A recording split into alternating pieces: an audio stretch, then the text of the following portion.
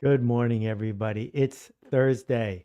Something's come up. Dr. Johnson is otherwise engaged, so I'm going to go solo. If you've got your questions, it would be great for you to post them in the chat. What a great chance for us to have a conversation, sort of. I'd love your questions about strategy or about climate. I want to start by highlighting the extraordinary work Dr. Johnson has done because it's not what many people expect. You can find out all about the work at the website ayanaelizabeth.com and her Substack, which I made a bit.ly for, you can get to by going to bit.ly/Ayana 2024. Okay, so people who have seen up close our near-term future when it comes to the climate, the first response is to be bereft, to be depressed, to seek some sort of solace. You want to tell as many people as you can about what you're seeing, about the reality, the enormity, which is what the word is supposed to mean, of what is happening. Millions and millions of climate refugees. 60% of the people in the United States live right near an ocean. That we have the chance right now to make a difference. One of the statistics that I got from Dr. Johnson is that for every dollar we spend now to prepare for disaster, never mind repairing the climate, it would cost us $6 if we needed to fix it in an emergency. So we see all of this. What should we do about it? What should the strategy be that we bring to the table, right? And Dr. Johnson's bestseller, What If We Get It Right, is absolutely beautiful. It is a book of poetry and photography and interviews about how we are going to engage with each other about what we're confronting. But a key challenge that we have is, here we go, our lucky Oh, day. I have been saying such nice things about you. We're alive. okay. Hi. Hi, it's good to see you. We have to start on time, so I just hit the button and I've just been going on and on about what a brilliant, insightful, generous leader you are. Oh my I've been goodness. pointing to your Substack, I've been pointing to your website, and I've been pointing to your New York Times bestselling book, which is absolutely beautiful. And I made little Thank you. bit.lys for you. So thank you for coming. Thank you for popping on right in the middle of a live conversation. Here's how it works. We have people posting uh, comments on LinkedIn like this, and I can just pull them up on the screen when they come in. And we're just going to talk for a couple of minutes about uh, the strategy we need to bring to the table when we see the enormity of what is happening. And in my luck of engaging with your work, I have seen one, the scientific engineering strategy of focusing on the ocean. So why don't we talk about that one first? Mm. Because there's a lot of ocean in the world, and you know more about it than almost anybody. Um, what are you seeing when you look at the ocean, and what do we need to understand? We need to understand that the ocean is a major driver of our climate system and that the ocean has a lot of the solutions we need. I think on the impact side, people don't really understand that the ocean has absorbed about a third of the carbon dioxide that we have emitted by burning greenhouse gases, and about 90% of the heat that's been trapped by all those greenhouse gases in the atmosphere. Wow. And So so wait, just pause for a second, because like me, I think I sent you a copy of this. Maybe I didn't. I have Mhm. so many statistics to share, but sometimes like me, we gloss over them because we understand them. But the magic of what you just said is Yeah, really powerful. So how does carbon dioxide end up in the ocean? a chemical reaction at the surface. And it's absorbed and absorbed and absorbed, and we're sort of like the ocean can't keep that up indefinitely, nor can it really absorb more heat. But the heat that it has absorbed has kept the temperature of the earth from rising. If it weren't for the ocean, the earth would be something like 90 plus degrees Fahrenheit hotter. So, on the one hand, thank you and sorry to the Yeah, ocean. On the exactly. other hand, it's still trying to help us in Right. all these other important ways, right? The ocean is an important source of renewable energy. The ocean can feed us low impact foods like seaweeds and shellfish. Ocean ecosystems along the coastline are doing a lot of photosynthesis, whether that's seagrass or mangroves or wetlands. They can be 5 or 10 times more effective as carbon sequestration areas than a forest on land, and protect coastlines from storms, etc. So we really just haven't been looking to the ocean for solutions. And the latest estimates are that the ocean can provide about 40% of the climate solutions we need. Okay. It's a big So miss. it's a big miss and a wonderful opportunity. So here we have the science, and then we have the challenge, which is it's pretty clear that even though, people like Penny see that it's right outside their window, we see the science of this, as Dr. Johnson has eloquently described. Why haven't we done anything? Where is the system that's holding us back? I mean, why haven't we done anything on any number of topics where we have the solution, right? I think that's the open secret about climate change is we have the solutions we need. It's just a matter of how quickly and how justly we're going to implement them. Right. So there's certainly a lack of political will, and that comes from a lack of public support. We need a cultural shift towards, come on, you guys, let's do this thing. So let me share, if it's okay with you, this brilliant, insightful Venn diagram. I love Venn diagrams. I wish Venn was a legitimate Scrabble word. It's not. Can you talk us through this? I'm sorry, our heads aren't in the right spot. I don't know how to make it show up in the right spot at the same time. There we are. Hi.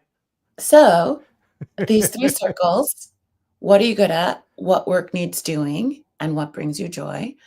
The what are you good at one is actually the hardest for a lot of people, are very tough on themselves with what they have to bring to the table. So be Mm-hmm. generous with yourself. Think about your skills, your resources, your networks, and then what work needs doing. We have hundreds, if not thousands, of climate solutions, right? It's not just clean energy, it's green buildings, it's transportation, it's our food system, it's protecting and restoring ecosystems. And we know how to do all this stuff. It's just a matter of, again, how quickly and how justly. So pick something. And then also the politics and the culture need to shift in order to make it possible for all these changes to happen more quickly. Yes. And then what brings you joy? Like what gets you out of bed in the morning? What can you keep doing? There's a big challenge there because people are overwhelmed and anxious and dealing with burnout. So finding parts of this work that will enliven you is the other trick that we have to figure out. Yes. And you're the only person kind enough and brave enough to do a book about climate that includes poetry. Because I don't think since that's true. well, I Um, haven't I haven't seen very many anthologies of poetry that also interact with what we're talking about. The yeah. the thing is, you and I are completely aligned about this, but um, what woke me up is, as a marketer, I discovered that the phrase uh, carbon footprint was invented by British Petroleum. And As a marketer, Ogilvy, it was yes, actually Ogilvy right. on I was just behalf gonna of say British exactly. Petroleum. They hired Ogilvy to do this for them, and this is heartbreaking. It's perhaps the most evilly effective coinage of the last 50 years, in the Mm, sense that in just 2 words, they made insightful, caring, privileged people feel like hypocrites. And as soon as they say carbon footprint, you realize your house is not perfect. And we mhm. then got seduced into saying, well, if you would just have a little compost pile in your backyard, that's going to solve the problem. And when I think about the three circles and the work to be done, the strategic work of organization is critical. And this is what you have done so beautifully, is to show up and not just do one person's work, but to organize a multiplier effect of 10 people and 50 people and 1,000 people. If you can get Meatless Monday in your high school cafeteria, that requires 20 people working in sync, right? And that might lead to Meatless Wednesday, and that might spread to another school and then another school. And when I hear about the ocean and how many people depend on the ocean, live near the ocean, understand the ocean, Mhm. that's something that we can unanimously accept, agree on, be delighted by, but now we need to organize. Does that Mm. resonate at all, or am I just making stuff up? I think the carbon footprint thing is a little more complicated in some ways because our individual choices do matter, right? We know this just from voting. Like when you count up all the votes, that has an impact, even though we each only have one and there's an electoral college and blah, blah, blah. But let's pretend one person, one Right. vote. Um, those small things do really matter. So I don't want to take away from that, right? Because if we all did stop flying, switch to plant-based diets, compost, reduce food waste, put solar panels on our houses, right? Like it would add up to something significant. I think the problem with the carbon footprint is not necessarily the phrase itself, but that people have interpreted that as let me focus primarily on my own individual actions and what's happening in my own home almost exclusively, right? Right. And that's not going to get us where we need to go. We need to all do the generic list, right? The vote, protest, donate, spread the word, lower your carbon footprint, do those things. But if you stop there, that won't be enough. And so the trick of that PR campaign was to put the blame on us as individuals when, of course, we can't change what happens if we live in an apartment building in a city very easily where our electricity comes from. That has to be part of this broader systems change. If we want to take a high-speed train between cities and that train doesn't exist and we have to drive, that's not something we can change as an individual. We have to engage with the broader societal shifts that need to happen. So unfortunately, it's both. I compost at home and I devote myself to these broader things. I think we each only have so much energy. If it's not your day job to work on the environment, I would argue it could be. Without quitting your job, you could find Right. ways to do your job that are helping to shift the company you work at, or to shift supply chains or practices or whatever it is that you have an influence over. Procurement, a huge climate thing that people don't think about in that category. Um, so there's a lot of opportunities for weaving together the personal, the political, and the professional when we think about how we are contributing to climate solutions. But and so I think the blame relies, of course, lies primarily with the people who got us into this mess, not us as individuals, but that doesn't mean we don't have to do our part getting out of it. And it's not just fossil fuel companies. It is very much also PR companies, the politicians who knew better, who are voting against the interests of the future of life on Earth, and the banks that are financing all of it. So we all have a lot of agency in the finance area, which we don't talk about very much. Right. If we all moved our money into climate friendly funds, our retirement funds, our regular checking accounts, because we know that it's 4 banks in the US that are funding over $1 trillion since we all agreed we needed to Right. wind down our fossil fuel investments.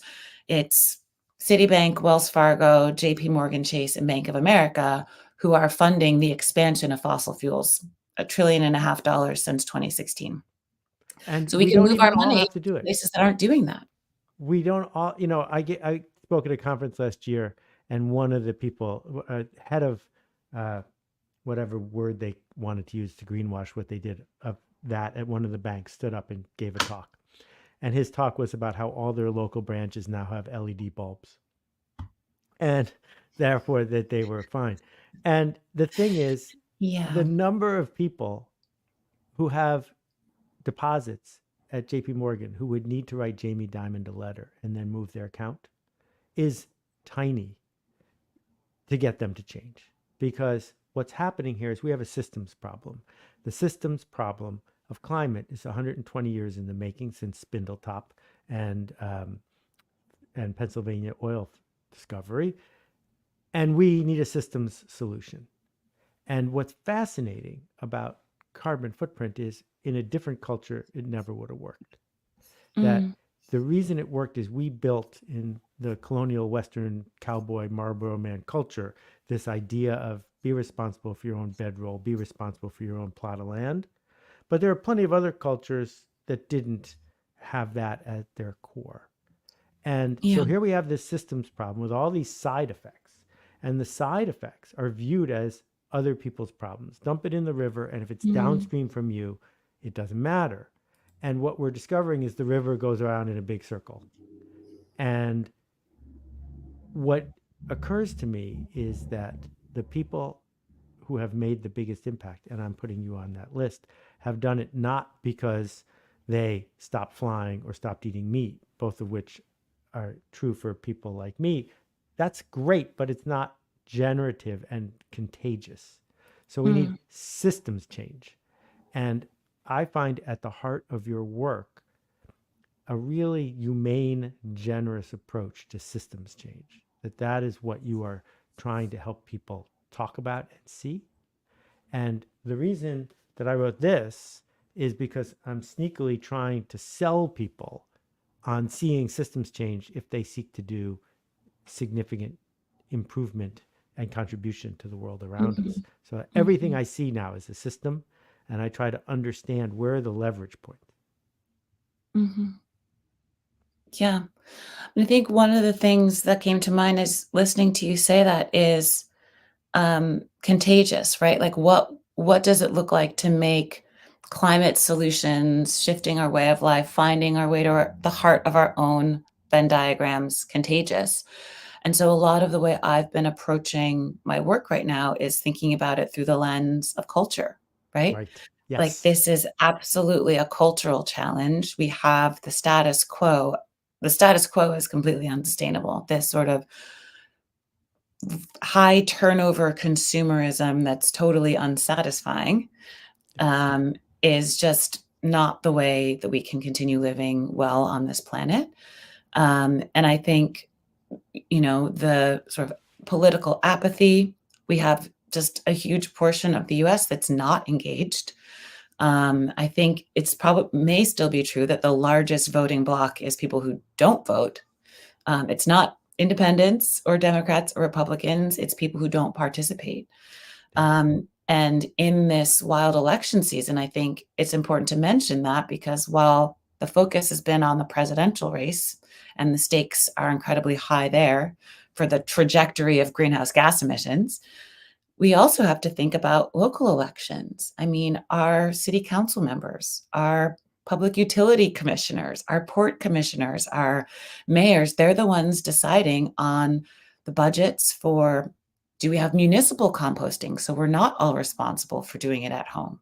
Are we investing in public transit so we have other choices, right? Our Right. our building codes, maybe not very sexy, but like efficient Yeah. buildings, energy efficiency, is a huge part of the solution. And so, with just a few days left to the election in the US, I would encourage people to really do your research on who you're voting for at the local level, because politicians are actually very responsive to their constituents because they want to get elected and then they want Right. to get reelected. But people who care about the environment and the systems changes that are necessary to deal with climate change are often not very vocal. The thing that blew my mind in researching my book, What If We Get It Right, was that there are 8 million Americans who were already registered to vote, already had climate as their number one issue, and did not vote in 2020. 8 million people. And so, Environmental Voter Project is an organization I've been partnering with for a long time now, to just get those people to the polls. So, I'll be hosting a bunch of phone banks with them over the next few days, as well as with Lead Locally that supports down ballot climate candidates who are doing, um, that important work of decarbonizing our cities and towns. So, I think just finding more and more ways to engage in all these different levers, as you say, for making change everyone's going to have a different one that it makes the most sense for them to pull. But right now in the US, the political lever is one that's available to all of Yeah. us. I mean, culture was invented by systems to defend themselves. And when you're pushing against a cultural defense, you get an icky feeling. So Mm. if you're getting married and you decide to only spend $4,000 on your wedding and have pizza at the VFW hall, you feel an icky feeling when you have to tell that to your Oh, friend. I would feel a rebellious feeling. I'd be like, Okay, well, you're special. you goobers Um, who spent 50 grand on one night of a party, like, I hear you. I hate going to those. Right? I got invited to a wedding a couple weeks ago, and it was a long driveway, and we pulled up, and I got out of the car, and the person who was also dropping off their car was wearing a tuxedo, and I was like, uh oh, and I got the icky feeling because I was wearing the wrong clothes, and then four more people showed up, and none of them were wearing a tuxedo, and I looked at this guy, and I could see on his face, oh, because that feeling yeah. is how culture keeps systems going. So those 8 million people who didn't vote are surrounded by other people who are permitting, enabling, rewarding them being out of the loop. And for them to just go and do the thing, it's the icky feeling. And the way we Mhm. solve the problem, right? What Lady Bird Johnson did with litter is it used to be totally normal to just, whenever you were done eating something, you just tossed it out the window of your car. And we created a cultural shift where that was much, much less acceptable Mhm. because we just decided community action. Community action is people like us do things like this. Community action is changing the standard. And we're not going to have one giant demonstration with picket signs that's going to solve our climate problem, but we can start seeing the system and make it so that you're serving what? Or the multiplier effect of this is what? Why are we flying everyone in the company in for an hour when we Yeah. could have a more efficient Zoom call? That shift is beginning to happen, but it's not happening Mhm. fast enough. There's two examples of sort of those shifts that I've instigated without thinking that they would have a big impact. As a marine biologist, I have a particular both affection and foreign knowledge about different marine species. And so when I learned how shrimp got to our plates, I was so horrified that, of course, I was never going to eat it again, but I was also going to tell everybody why. Mm-hmm. And I'll tell you in 15 seconds, there's two major ways shrimp gets to your plate. One, bottom trawling, the huge net off the back of a boat that can be like as large as a football field. And they're catching everything and they're just clear cutting essentially the bottom of the ocean, destroying the habitat. So it's hard for other things to live there in the future. Hugely, hugely wasteful. Like 1%, 5% of what you catch might be shrimp, and the rest you throw back dead. All the fish, all the whatever else, turtles. The other way is by building these ponds along the coastline in Southeast Asia and farming shrimp, but in such high densities that they're all spreading diseases and lice, and you have to put all these pesticides and antibiotics into the system, which are, of course, polluting the ecosystem. And then there's a lot of forced labor involved in peeling those shrimp, in Yeah. that processing. So if you care at all about ocean habitats or at all about human rights, you should not be eating shrimp. And it's the most popular seafood in America. So the cultural shift that needs to happen, and most people, when I say this, they're like, I had no idea.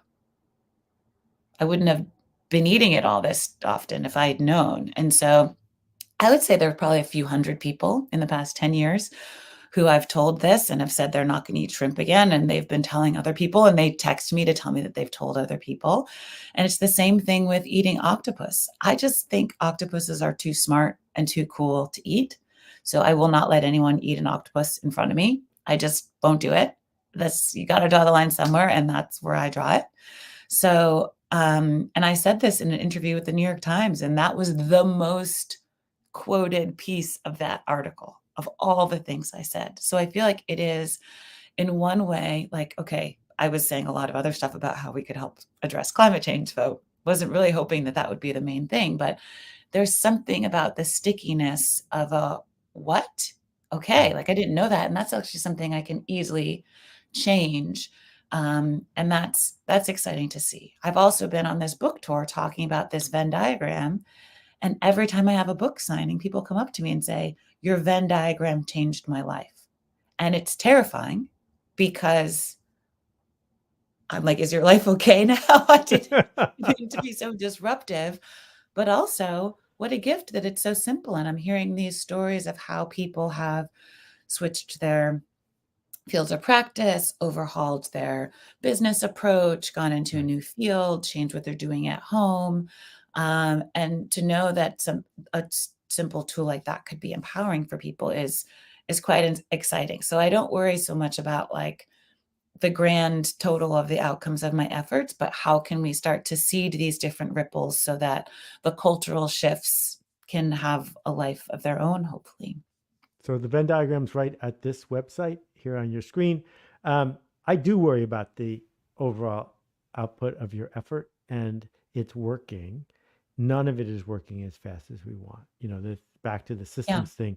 If we think about food, one of the reasons that food is such a huge impact on our climate and on the ocean is 8 billion people do it every single day, Hmm. sometimes 3 times a day.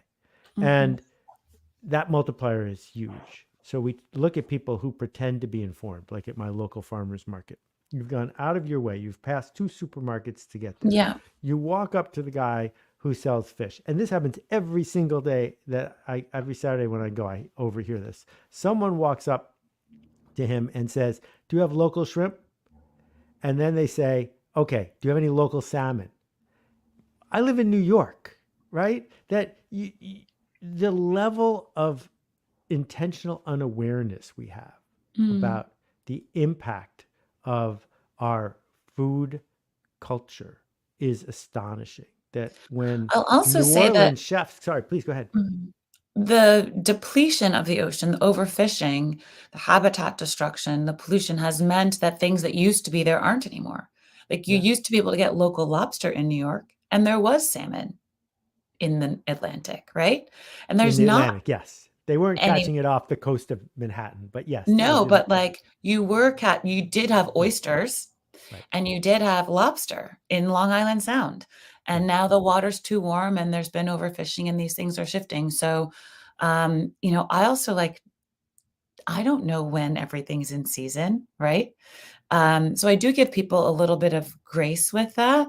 And I do think there's an opportunity for vendors to say, like, here's what's in season or here's local, and, educate people and also save themselves from having to repeat it all the time. Yes, I hear Yeah. you. All right, we're going to wrap this up. This was one of the best conversations I've had all week. Let me just remind people this is the homepage to go find all the other stuff I've been sharing. The Substack is great. If you do nothing else, you need to go watch Dr. Johnson sing a little bit of Prince with Stacey Abrams. It Can will I tell warm you your one heart. story to close? A short Please one. do. I posted that clip of me singing Princess Seven with Stacey Abrams during Climate Week and on my Instagram, and someone commented, when I did my Venn diagram, I realized that music and culture were at the heart of what I needed to do for a cultural shift. And she said, I was Prince's guitarist in two of his bands for 3 or 4 years.